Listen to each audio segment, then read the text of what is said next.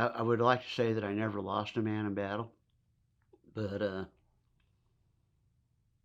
stuff happens.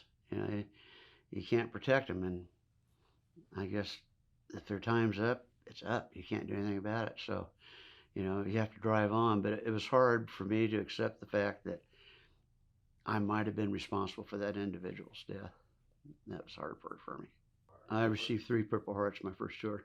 We lived in a Vietnamese compound in a little town called Trang Bang. And so one day we got information that there was a VC courier down by the river by a bridge down there. So I figured, well, this is a piece of cake. So I got 4 guys and we hopped in the Jeep and we went down to get him.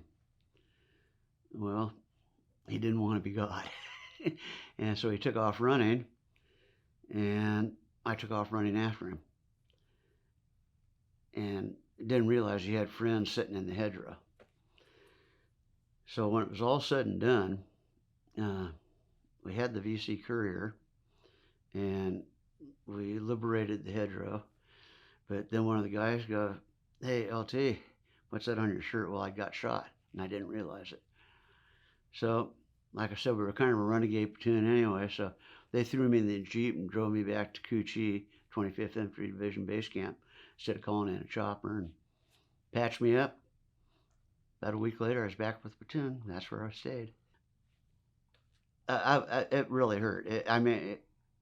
Well, physically and mentally more, because I had convinced myself that I was no longer going to be able to use my left hand. And I've got, thank God, you know, I'm married. I've got a daughter that's not even a year old, and you know, but I don't want to be a cripple, you know. So anyway, we had a friend of the family. He was a dentist, and he had suffered a stroke, and he wrote me a letter because he had to give up being a dentist because the stroke had affected his hands.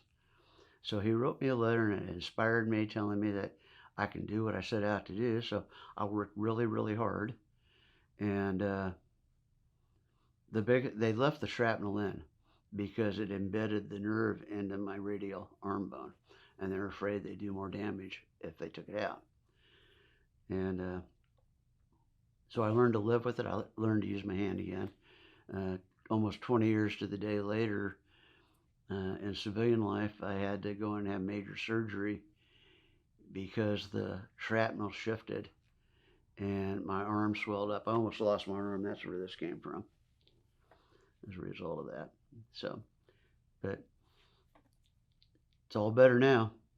When things get tough, really tough for me, before I was in the military, I always found a reason to maybe turn around and walk away from it. Well, I found out in the military, you don't turn around and walk away. You drive on and you overcome. And that's one of the biggest things that taught me. Plus, it taught me more how to deal with people. Because in the platoon, you know, if you got 30 guys, you got 30 different personalities. And so you got to learn how to react with each person and how to interact with each person. And that helped me in my future jobs. So that's one of the biggest things I learned, is working with people, dealing with people, and no matter how tough it gets, you don't give up. I left after 7 years of active duty. I left the military, and as I said earlier, all I wanted to do was be a cop, but I was too short. Well, in the 7 years, things changed, and I could be a cop. And so I spent the next 35 years as a trooper with the Oregon State Police. And probably everything I learned in the military, like I said, learning how to interact with people, how to treat people. If something gets hard, don't stop. You can overcome it. And fear is only what you make it. You know, if you got a bad guy, you can't show him you're afraid. You got to show him, you got to be the alpha dog. And so those are all the things I learned, and I used them every day in law enforcement.